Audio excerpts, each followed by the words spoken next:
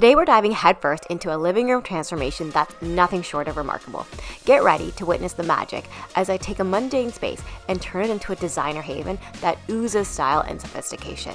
I'm talking about a stunning accent wall, a fireplace that's the heart of the room, and some insider tips to make your home look like it's straight out of a designer's dream. So grab your favorite drink, sit back, and let's get inspired. Let's make over your builder-grade home on a budget. Even if you've never picked up a power tool or a paintbrush, you can do this. I'll show you how. Hey, it's Hannah. For the past few months, I have been working on transforming my mom's living room. It was just like really dropped. It had no character, even though she's been living there for almost 10 years. I was so nervous when I was starting this project. My mom has very high standards, and of course I knew I was gonna deliver, but I wanted it to be a space that she loves. That's a place where my family, my brother's family, we all come and gather with all our kids. So I want it to be something functional and beautiful for her, but also when the family gathers to have like enough seating and to make it kid friendly as well. I started off by showing my mom a bunch of different designs, and she was immediately drawn to the Studio McGee style. And there were a few things that she absolutely wanted. She loved that really cozy seating area. She loved the mixture of wood and white and all these really comfortable throw pillows. You'll notice in the Studio McGee style that the fireplace is always the focal of the room, so I knew I had to change that up. First things first, I'm tackling this blank canvas with an accent wall that's going to set the tone for the entire room. I love panel molding. It is such a great way to elevate your space. Installing panel molding is really easy. I've got the full tutorial for that on my YouTube channel, and I'll link it below. The most important thing to know about panel molding is that you need to cut all your pieces on a 45 degree, which is also called a miter cut. That's so that your edges line up perfectly. After I cut up all the picture frame molding, I loaded up my car and head over to my mom's house.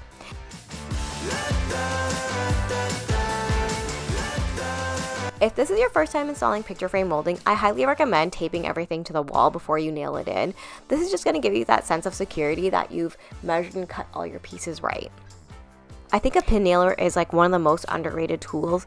It is lightweight, it is easy to use, and it's great for this type of trim because it doesn't split the wood.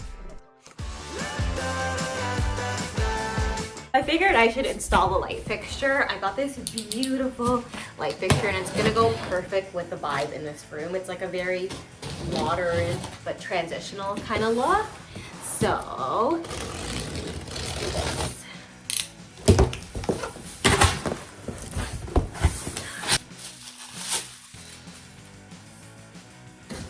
I'll be honest, I'm not the best at changing light fixtures. It's usually a job my husband does in our house, but I gave it a go.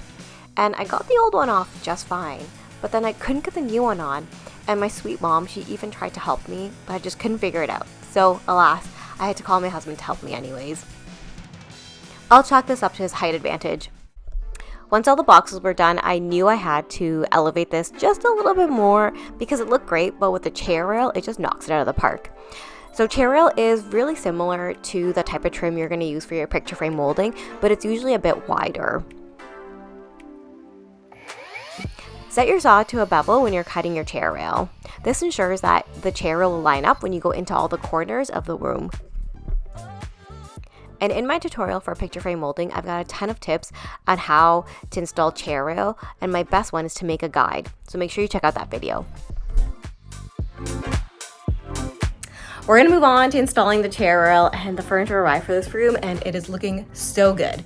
Like, I can't give it all away yet, but it's looking so good. So the chair rail is gonna go right in between these two boxes. Now, I think this is more of a traditional look, so if you're looking for something more modern, skip the chair rail and put the boxes a little bit closer together.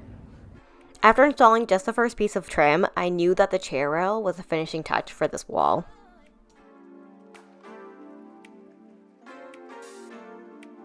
We're almost to the finishing step.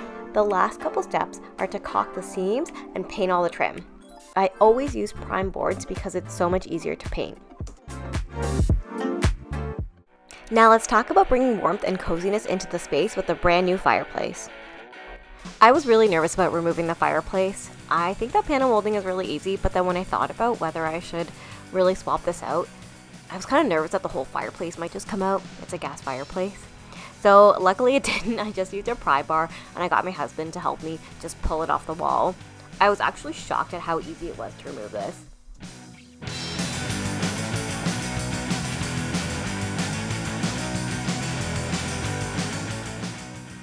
After I mapped out the size of the new fireplace, I had to remove part of my baseboard. So I took my multi-tool and just chipped them away.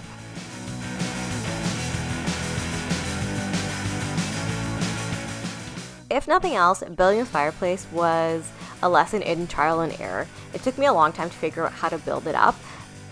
I've got a full tutorial on how I removed the fireplace and built this new one as well. This is such a great project to make your space look super elevated.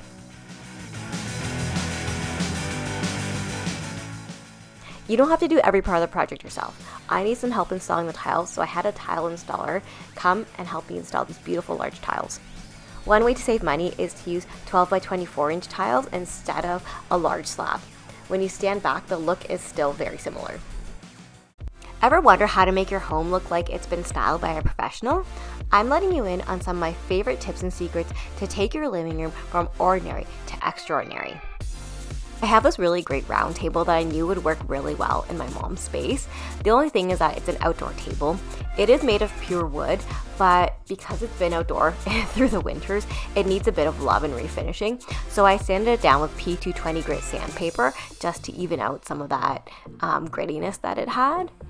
And I made sure to also sand like the tabletop, but also like the legs and the crevices. And then I went ahead with an outdoor stain and just stained it.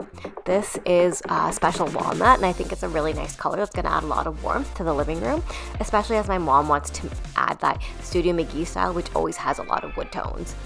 I also added a really beautiful olive tree, and to make any type of plant look more substantial, get a really tall planter and stack up some boxes and then put the planter into it.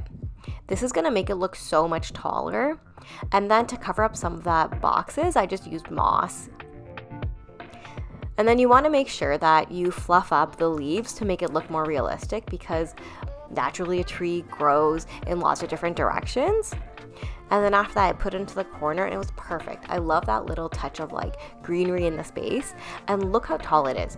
I am like 5'2", so you can tell that this olive tree looks even taller because of the way I put it in the planter.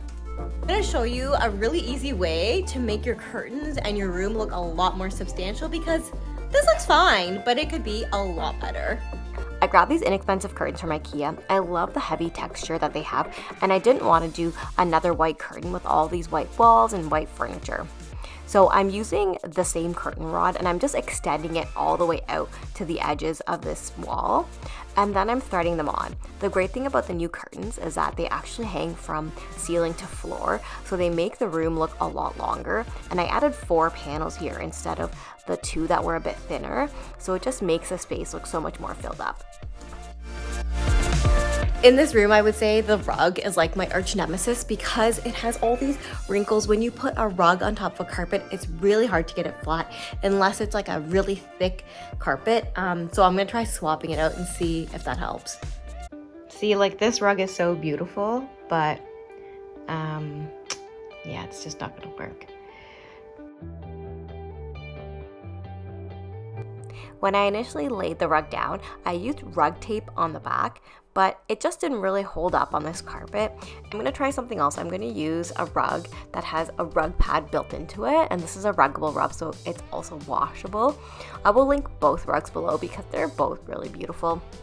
And the thing to remember with a rug is you wanna use a rug that's really gonna fit your space, so try and go for a larger rug. This is a winner. There's hardly any wrinkles. I'm also adding some vintage style artwork. I just grabbed an inexpensive frame from IKEA, but I love using artwork in a space to really ground the space. In this room, we want to keep it very minimal and kind of like organic and fluid to also go with the vibe of the carpet. Quick tip, tape down your print to your mat so it doesn't cause any wrinkles. I got this print from Juniper Print Shop, and they have so many different prints online, and I went with a really large print, but I made sure to measure it so that it would fit inside one of the panel boxes nice and centered.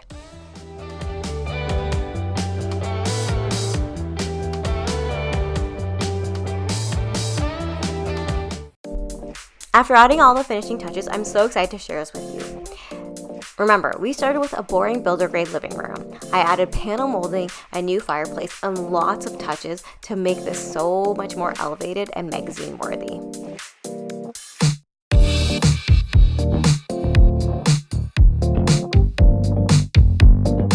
When we started off, my mom said she wanted to have this living room remind her of a Studio McGee living room, and I think we accomplished all that. This panel molding gives it that really timeless look.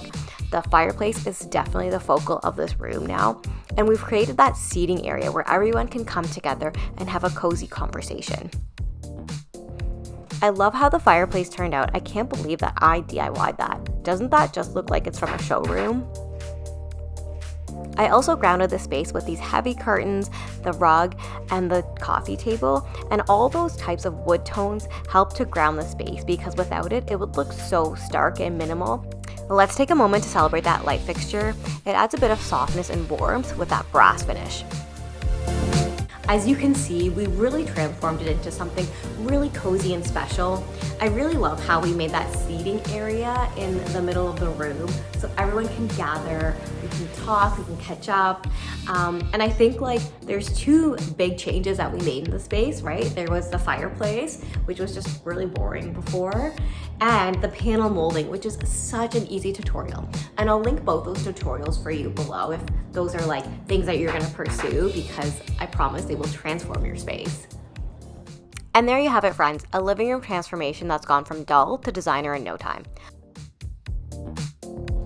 So if you love this video, make sure you give it a like and subscribe, and I will see you next time for my next budget DIY.